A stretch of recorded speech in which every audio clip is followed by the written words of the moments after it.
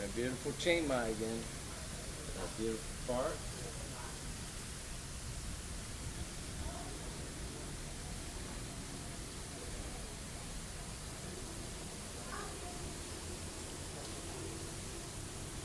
Awesome. Oh, we were discussing a little bit about Soke's concept of how the dojo would spread. As I mentioned to you, Ray Ferreira, who was the president of the Carpet Center in on Baratania Street, when we moved our dojo to there, the dojo really started growing.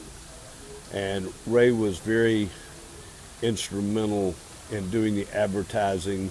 For the first time, we had full-time secretaries that took care of the books. We had everything just like a regular business.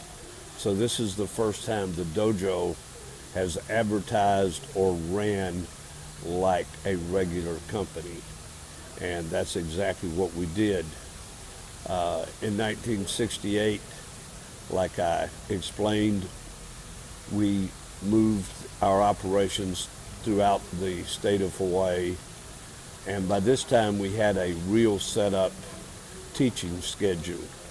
The idea was that if you taught or if you trained twice a week in the dojo and 3 times a week at home, you should be able to make black belt in approximately 2 years.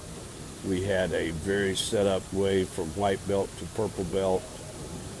Now you got to remember, at this time there were no kids in the dojo. This was all adults. We did not start promoting children at this age. Then in 1971, when I moved our operation, or we moved the expansion to Birmingham, Alabama, I was fortunate enough to make some of the right business decisions, and for the first time we talked about service contracts where someone would join the dojo for a particular period of time. We had it 2 years, and it would guarantee you a black belt in 2 years, or it was free until you made black belt. And this program was immensely successful. I was fortunate enough to hire 2 people, John Atkinson and Sonny Fredrickson, who had been with one of the most successful spas in Birmingham. And eventually we took over one of their locations. It grew that big, that fast. But I then brought back the whole concept of this black belt program to Honolulu. And at that point, Soke adopted it as part of his business practice, where that in 2 years we would say you can become a black belt.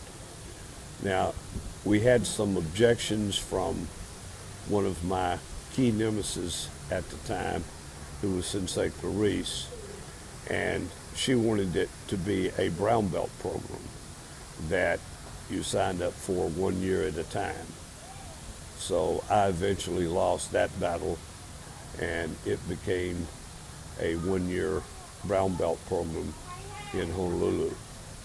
However, everything in Birmingham and in our subsequent dojos throughout the Southeast, which grew very rapidly. At one time we had 28 dojos, and I had to fly an airplane between one dojo to the other so I could visit everybody once a month. But this was keeping with what Soke had planned on everybody learning karate. Os.